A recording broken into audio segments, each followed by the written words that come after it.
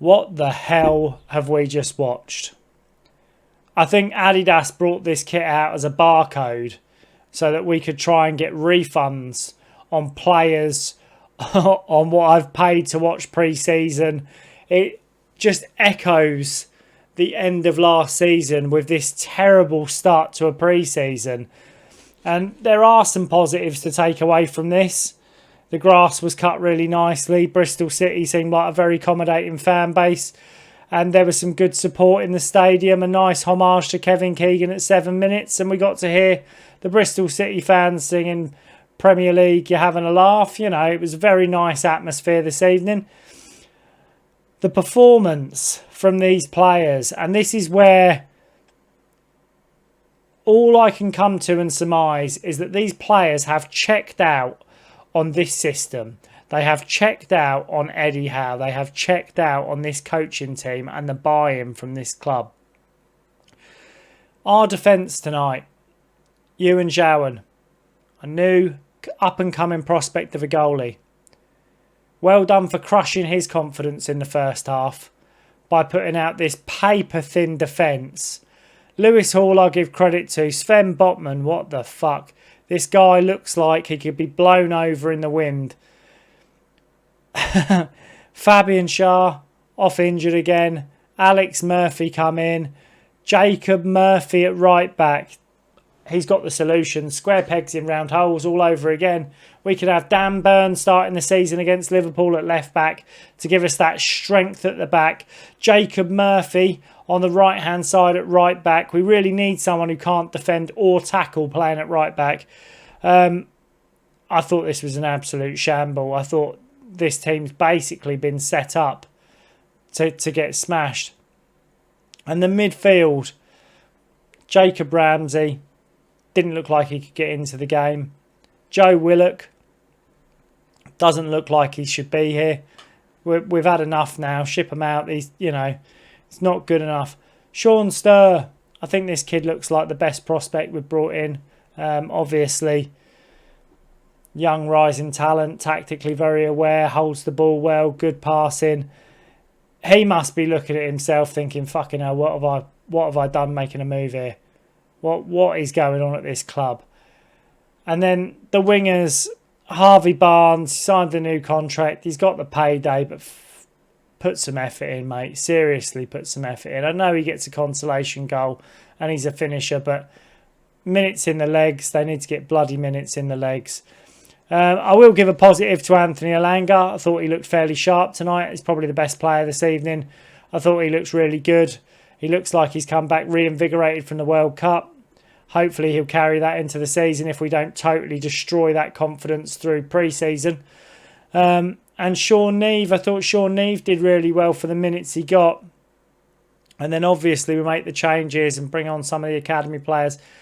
And there's part of me where I think these academy players look better than the fucking mainstays that we paid big money for. I mean, Mateus Ferreira. I'd never heard of Mateus Ferreira before the last game against Gateshead. This kid up front, he looks a handful. Putting himself about, gets in the right positions. I thought he played really well. But it is a shame. It's a shame because realistically this pre-season is going to be putting more doubt. Bruno sat at home watching this. He's going to be fucking hell. Quick, get the agent back on the phone. Get me that move to Arsenal. I can't do another season of this. And I know we haven't got certain players back from the World Cup yet, but if you can't put out a second string team against a championship club, you can't get a win against Gateshead, we've got to be questioning what's going on behind closed doors. Realistically, watching Newcastle whip 30 crosses into the box when no one's there, absolute waste. Us not being able to beat a championship low block, absolute waste. It looks like we've fixed absolutely nothing over the summer. It looks like the tactics are going to stay the same and we're going to go into this season playing in a relegation battle.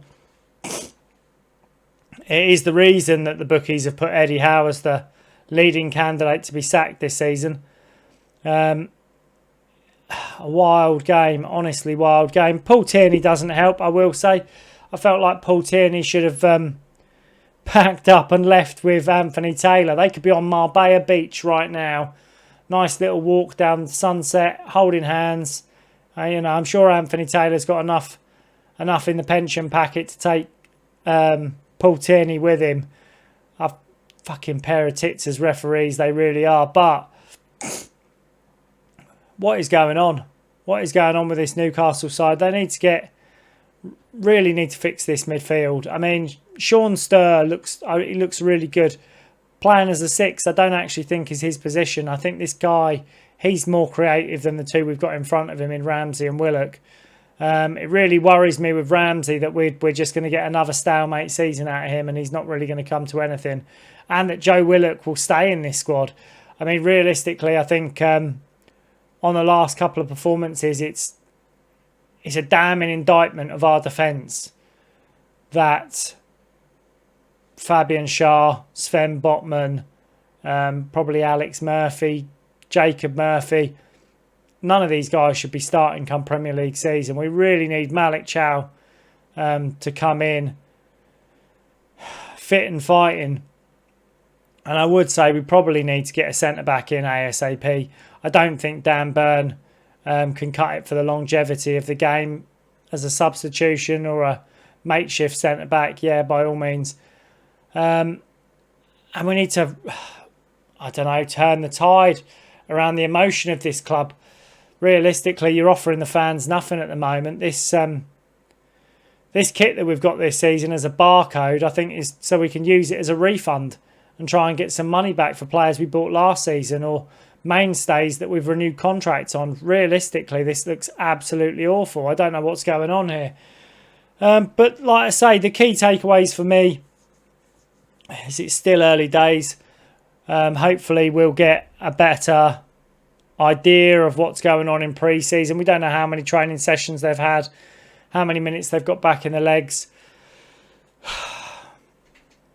But if you were Bruno, sat at home on your sofa watching this tonight, what would you be thinking? What would you be doing? You'd be on the phone to that agent as quick as you could, wouldn't you? Saying, I don't care what it takes, get me out of this fucking club. While Eddie Howe's still here, I can't see it changing. It does me in listening to Talk Sport, Sky Sports, every one of these media outlets saying he's an elite coach. If he's an elite coach, then why does nobody want him? You know, even the club he's at don't want him. Even the fans he's got don't want him. He could be England's next manager. I fucking hope not, because that means we won't be winning anything for the next fucking 10 years with him in charge. The media star boy, once again, I really hope he doesn't come out and do an interview after this game. I've cut it off at 90 minutes, but I really hope he doesn't come out and do an interview. I thought the last one was terrible. Coming out and saying, I don't know what's going on with my captain. Pass the buck. Pass the buck management. That is Eddie Howe in a nutshell. The typical media narrative spun around making it somebody else's fault should we lose a player. Stand up, take responsibility. You left them players, you hung them out to dry tonight with poor tactics, poor management.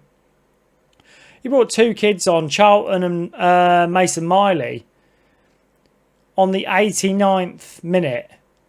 The lads didn't even they got to walk on the pitch, watch a corner get crossed and go out. And then the full-time whistle's blown. That is true Eddie Howe fashion. Go on, boys, you've got 30 seconds, make an impact. This guy has absolutely lost it for me. We're just going back down the same road. I can't see what the owners are saying.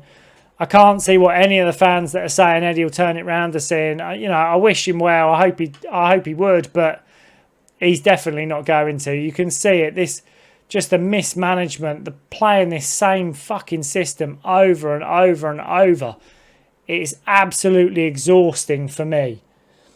I pay my money to watch the pre-season and think, this at least we'll get to see some of the new lads come in and, it might reinvigorate some hope for the start of this season. It's killing me. Absolutely killing me. Like I say, let me know in the comments what you think. Like, hype, subscribe, do all the good things. Give this video a thumbs up if you're Howe out. And hopefully, guys, I will see you in the next one.